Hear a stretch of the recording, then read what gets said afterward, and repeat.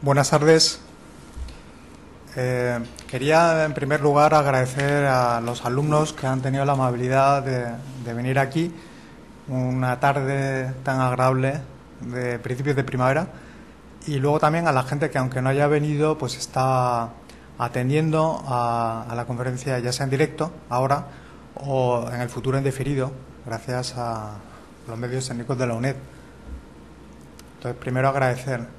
Segundo, presentar a Carlos Paramés. Carlos Paramés es secretario general de la Asociación Española de Fundaciones desde su inicio, en el año 2003. Es además patrono de la Fundación FOESA y de Prodefa, y tiene una larga trayectoria en el sector, en donde ha compaginado una clara vocación filantrópica con un interés muy claro por el conocimiento de la realidad fundacional, y especialmente con la vertiente internacional, sobre todo en Europa. Él tiene una experiencia vivida y un conocimiento intelectual del sector que es muy difícil de encontrar y muy difícil de codificar. Por eso yo estoy muy contento con esta oportunidad de transmitir ese conocimiento de una forma flexible, tanto desde el punto de vista del tiempo como del lugar, para los alumnos de ese curso, pero esperemos que también para alumnos de otros cursos, porque luego esta conferencia se colgará en la página web y los alumnos de futuras ediciones, estamos ya en la 6ª edición, podrán también escuchar y aprender de un protagonista importante del sector en las últimas décadas. La conferencia se llama Diversidad de Fundaciones en Europa. Como el título dice, hace referencia a la heterogeneidad del sector, que ocurre a nivel nacional, pero también ocurre con mayor razón a nivel europeo.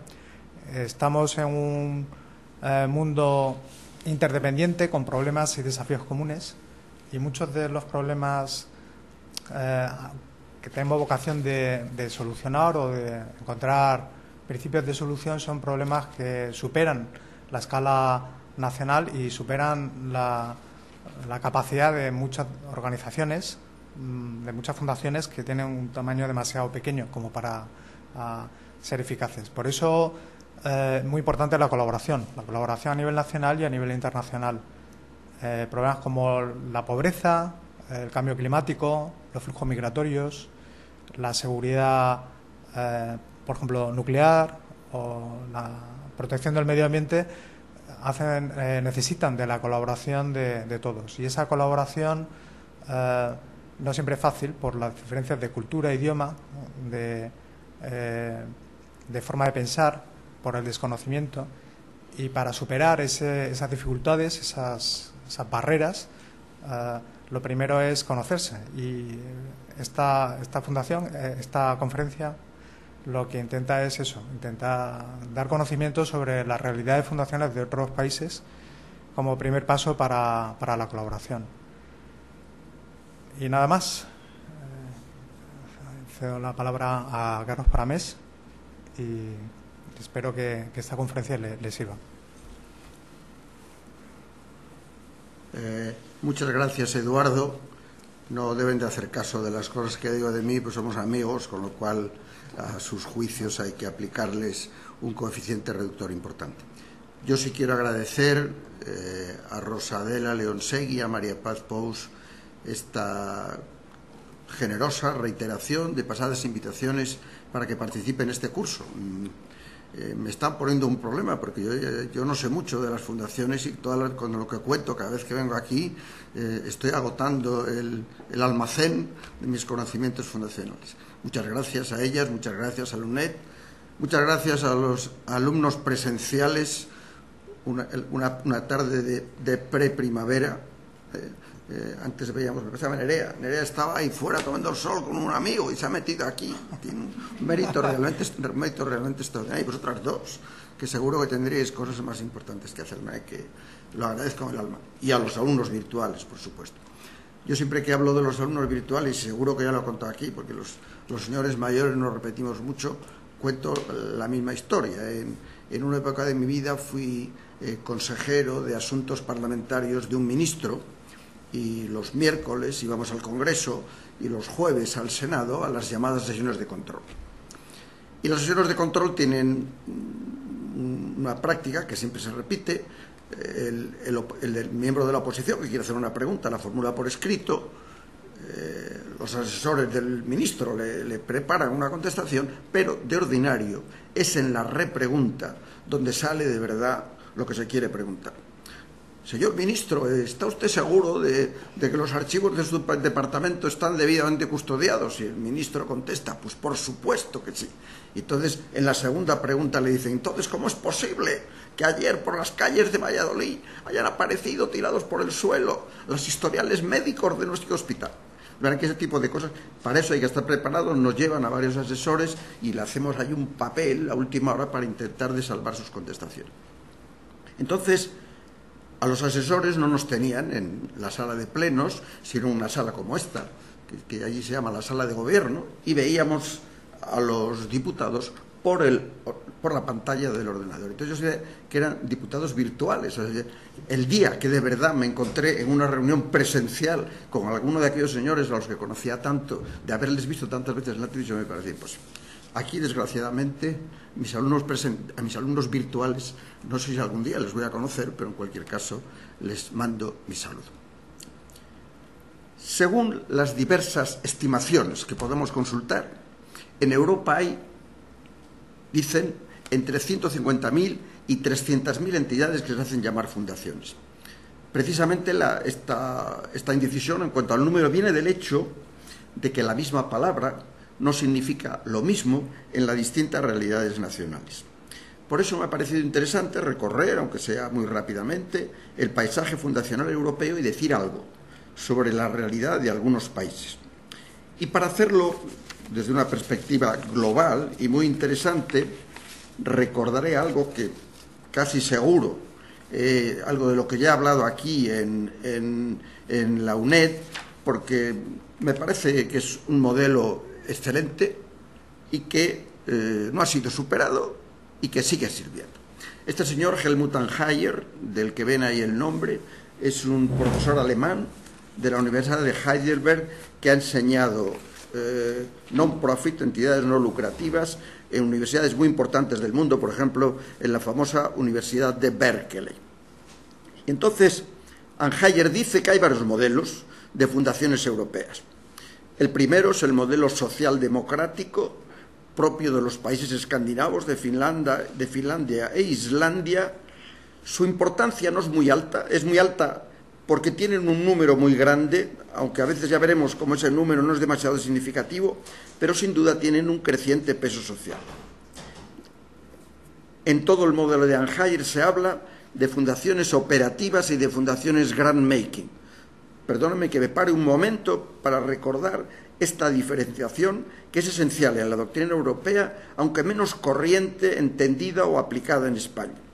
Se llama fundación grant-making aquella que de ordinario es una fundación patrimonial, tiene unos recursos importantes, vive de las rentas de esos recursos y se dedica a dar ayudas a terceros. Ayudas a terceros, es decir, participa en el ciclo que se llama de la función redistributiva. La función redistributiva no la hacen solo los gobiernos, la hacen también las fundaciones, estas fundaciones grant-making. Por el contrario, las fundaciones operativas no suelen tener un gran patrimonio y gestionan actividades, proyectos, programas, centros o actividades propias. De manera que esta diferencia es fundamental para entender este cuadro. Entonces, ¿qué dice Anhayer? Que en los países nórdicos las fundaciones operativas son algunas grandes que forman parte del sistema de bienestar social y que grant-making hay pocas, pequeñas y fundamentalmente las de las grandes empresas. En los países escandinavos las relaciones de las fundaciones son complejas con el mundo empresarial. Tenemos en segundo lugar el modelo centrado en el Estado, el modelo Francia, Bélgica, Luxemburgo, países en los que las fundaciones no tienen una gran importancia desde el punto de vista numérico. Luego lo veremos muy concretamente en el caso de Francia. Se caracterizan porque el Estado las supervisa y las vigila de muy cerca, y, sobre todo, se pone énfasis en el cumplimiento por parte de las fundaciones de la condición de ser entidades de utilidad pública. En el modelo de Francia, Bélgica y Luxemburgo hay pocas fundaciones grant-making, salvo alguna fundación que se conoce en estos países con el nombre de fundaciones paraguas y de la que es prototipo la Fundación de Francia, de la que hablaremos después.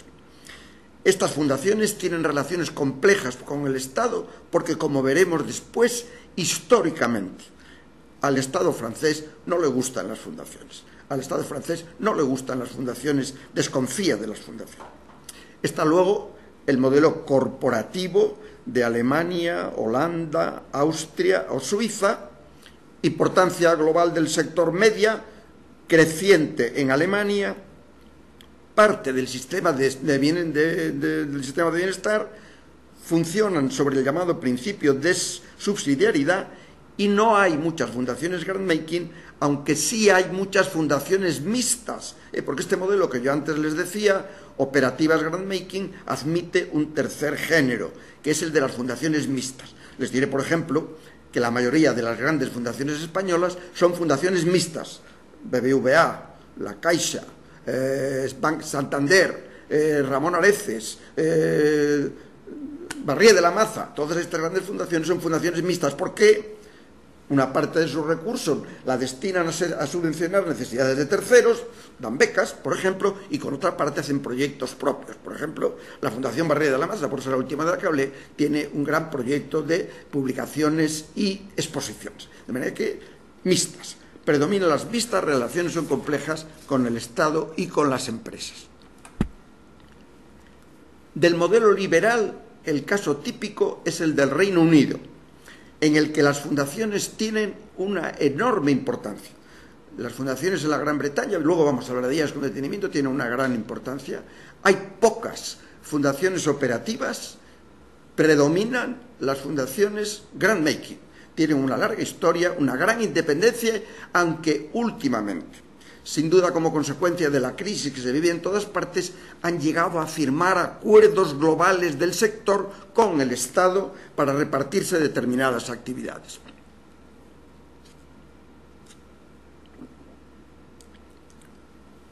El modelo periférico es el tipo de Irlanda y de Grecia. Las fundaciones, por ejemplo, por terminar con el Reino Unido, en el Reino Unido hay una asociación como la nuestra, una asociación de fundaciones, filantrópicas o benéficas, que solamente admite fundaciones grant-making. Las fundaciones operativas no están metidas ahí. El Council on Foundation americano solo admite fundaciones grant-making. O sea, las grandes instituciones se apoyan en estas fundaciones que tienen recursos, que tienen medios y que contribuyen al ejercicio de la solidaridad ayudando a terceros. Volviendo a Grecia, Irlanda, hay pocas, proveen servicios compensando las limitaciones del sector público y tienen vínculos históricos complejos con la religión dominante. Ya saben ustedes perfectamente que en Irlanda la religión católica, en Grecia la religión ortodoxa, tienen un gran peso en la vida del país, al que no son ajenas las fundaciones, que tienen con ellas unos vínculos históricos de importancia.